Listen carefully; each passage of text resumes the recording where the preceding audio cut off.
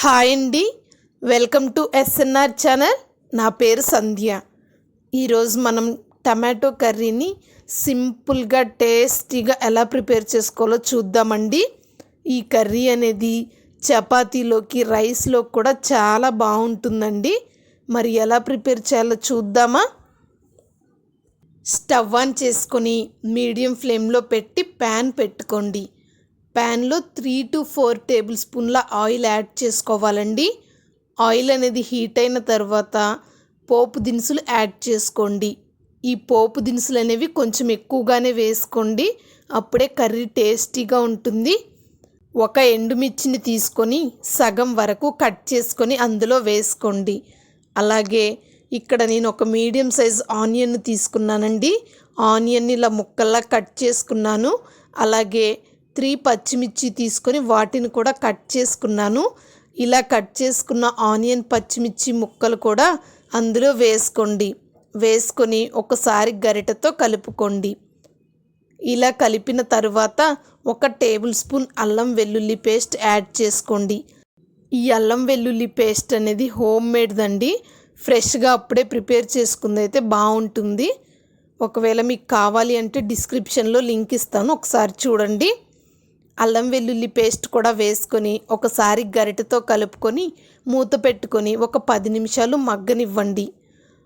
ఆ అల్లం వెల్లుల్లి పేస్ట్లో ఉన్న పచ్చివాసన పోయేంత వరకు మగ్గనివ్వాలండి. చూడండి, అల్లం వెల్లుల్లి పేస్టు అలాగే ఆనియన్స్ అనేవి బాగా మగ్గిపోయాయండి. ఇప్పుడు అందులో 4 కరివేపాకు రెమ్మలను శుభ్రంగా వాటర్లో కడిగి అవి కూడా అందులో వేసుకోండి. వేసుకొని ఒకసారి కలుపుకోండి. 1/2 టేబుల్ స్పూన్ పసుపు కూడా యాడ్ చేసుకొని ఒకసారి కలుపుకోండి. ఇప్పుడు కట్ చేసుకున్న టమాటో ముక్కలు కూడా ఆ ప్యాన్లో వేసుకొని ఒకసారి బాగా కలుపుకోండి. ఇలా కలిపిన తర్వాత ఆ ప్యాన్ పైన మూత పెట్టుకొని ఒక 15 నిమిషాల వరకు మగ్గనివ్వాలండి. ఈ 15 నిమిషాల్లో మధ్య మధ్యలో గరిటెతో కలుపుతూ ఉడికించుకోవాలి టమాటోలను. చూడండి, టమాటోలు అనేవి కొంచెం కొంచెంగా వాటర్ బయటకు వస్తున్నాయండి. ఇక్కడ మనం టమాటోలను కూడా బాగా పండినవి, రసం ఎక్కువగా ఉన్నవి తీసుకోండి, అప్పుడే కర్రీ అనేది టేస్టీగా ఉంటుందండి. 15 మినిట్స్ అయిన తర్వాత మూత తీసి అందులో రుచికి సరిపడా సాల్టు, 1 టేబుల్ స్పూన్ ధనియాల పొడి, 1 టేబుల్ స్పూన్ కారం వేసుకొని ఒకసారి బాగా కలుపుకొని ఇంకొక 5 నిమిషాలు మూత పెట్టి ఉడకనివ్వండి.